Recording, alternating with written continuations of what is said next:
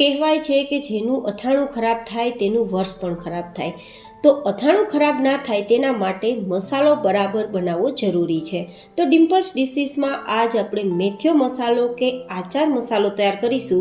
એ પણ એ પરફેક્ટ માપ સાથે કે તમે 2 કિલોગ્રામ જેટલી કેરી હોય કે ગુંદા હોય કે પછી ચણા મેથીનું અથાણું હોય કે ભરેલી કેરીનું અથાણું હોય, પછી તમે મસાલો સ્ટોર કરી ખાખરા ઉપર કે ખીચામાં પણ સ્પ્રિંકલ કરવા માંગતા હોય તો પણ કરી શકો તેવો એકદમ રસકસતું અથાણું તૈયાર કરતો મસાલો. તો ચલો મારી સાથે આચાર મસાલો કે મેથીયો મસાલો બનાવવાની શરૂઆત કરીએ.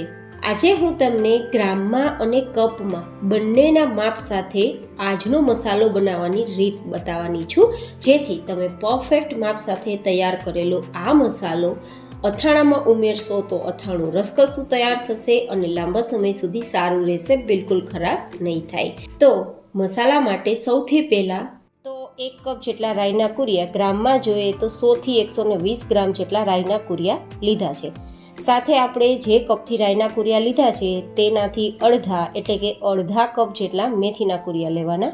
ગ્રામમાં જોઈએ તો લગભગ 50 થી 60 ગ્રામ જેવા આ મેથીના કુરિયા હશે.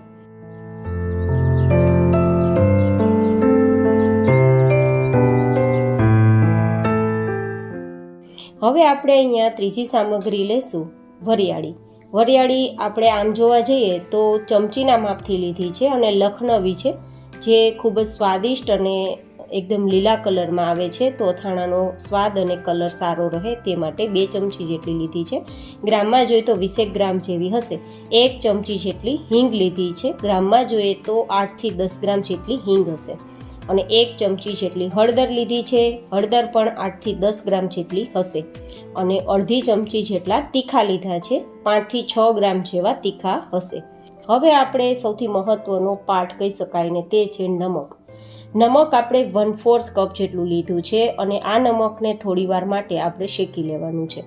નમકને શેકીને લેવાથી તેમાં રહેલો મોઇશ્ચરનો ભાગ જતો રહેશે અને પરિણામે આપણા અથાણાનો સ્વાદ તો સારો આવશે જ, પણ અથાણાને પ્રિઝર્વેટિવનું કામ પણ આપશે. લાંબા સમય સુધી અથાણું આપણું સારું રહેશે.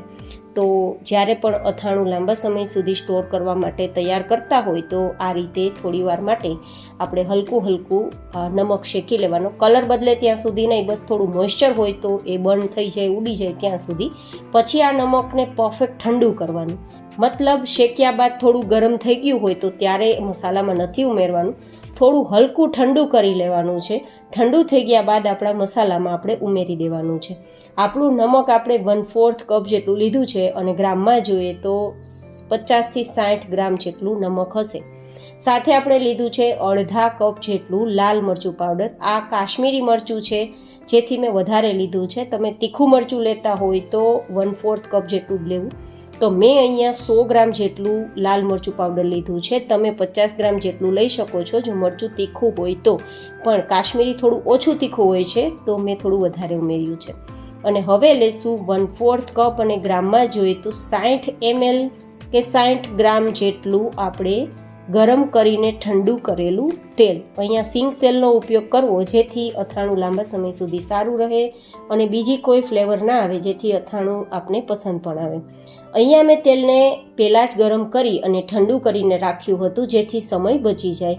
તો એ ખાસ ધ્યાનમાં રાખવાનું કે તેલને ગરમ કરવું જરૂરી છે, જેથી તેલમાં કોઈ ઇમ્પ્યુરિટી હોય તો દૂર થાય અને પરિણામે અથાણું લાંબા સમય સુધી સારું રહે. અને હા, જ્યારે ગરમ તેલ હોય ત્યારે મસાલામાં ના ઉમેરવું, નહીં તો આપણે ઉમેરેલા બધા જ મસાલા બળી જશે અને આ મરચાંનો કલર ડાર્ક થઈ જશે. તો અથાણું લાલ ચટક નહીં બને, પણ થોડું ડાર્ક ઉપર આવશે અને મસાલા પણ બળી જવાથી તેના સ્વાદ પણ સારો નહીં આવે. અને પછી આ રીતે ચમચીની મદદથી મિક્સ કરવું. હાથ બિલકુલ ના ટચ કરવો, કારણ કે આપણા હથેળીમાં પણ ગરમીના કારણે પરસેવો થતો હોય છે. જે પરસેવો છે તે મસાલામાં જશે તો આપણું અથાણું ખરાબ થઈ જશે. તો હંમેશા ચમચીની મદદથી જ આપણે કે ચમચાની મદદથી જ આપણે મિક્સ કરવું. તો તૈયાર છે એકદમ ટેસ્ટી એવો આપણો અથાણાનો મસાલો. આ આચાર મસાલો કે મેથીયો મસાલો તમે 2 કિલોગ્રામ કેરી, 2 કિલોગ્રામ જેટલા ગુંદા અથવા તો મેથી ચણાનું અથાણું બનાવતા હોય ત્યારે પણ ઉપયોગમાં લઈ શકો છો. અને જો તમારે સ્ટોર કરવો હોય તો કોઈ પણ એરટાઇટ બોટલમાં ભરી તમે 1 વર્ષ સુધી તેને સાચવીને પછી ખીચામાં ઉપયોગમાં લેવો હોય તો લઈ શકો છો, ખાખરામાં સ્પ્રિંકલ કરવો હોય તો પણ કરી શકો છો, અને ઇન્સ્ટન્ટ અથાણું તૈયાર કરવામાં પણ ઉમેરી શકો છો. હવે આ મસાલામાંથી આપણે એક ઇન્સ્ટન્ટ કેરીનું અથાણું તૈયાર કરવું હોય તો મેં અત્યારે 2 કિલોગ્રામ જેટલા કેરીના ટુકડા લીધા છે. તમે અહીંયા ગુંદાનો ઉપયોગ કરી શકો છો, અથવા તો ભરેલી કેરી હોય તેમાં ઉપયોગમાં લઈ શકો, ચણા મેથીમાં પણ ઉપયોગમાં લઈ શકો છો, અથવા તો તમે કોઈ પણ ખાટા અથાણા તૈયાર કરવામાં, ઇન્સ્ટન્ટ અથાણા તૈયાર કરવામાં, ભરેલા ગુંદા તૈયાર કરવામાં પણ ઉપયોગમાં લઈ શકો છો. કુલ ટોટલ 2 કિલોગ્રામ જેટલી વસ્તુમાં આટલો મસાલો ઉમેરવાથી આપણું અથાણું રસકસું તૈયાર થશે. બસ આમાં કંઈ કરવાનું નથી, કેરીના ટુકડામાં મસાલો ઉમેરી દીધો. હવે રસકસું તૈયાર કરવા માટે જરૂર મુજબ ગરમ કરી ઠંડુ કરેલું તેલ ઉમેરવાનું છે. બસ અથાણું તૈયાર. તો એકવાર આ રીતે અથાણાનો મસાલો તૈયાર કરી જો તમે સ્ટોર કરવા માંગતા હોય તો સ્ટોર કરી જ્યારે પણ ઇન્સ્ટન્ટ અથાણા તૈયાર કરવા હોય ત્યારે કરી શકો છો. આવા જ અવનવા અથાણા મેં ઘણા બધા ડિમ્પલ્સ ડિશિસ ચેનલ પર શેર કરેલા છે. તમારે જોવા હોય તો ડિમ્પલ્સ ડિશિસ ચેનલની વિઝિટ જરૂરથી કરજો, અને આઈ બટનમાં પણ તેની લિંક આપી દઈશ.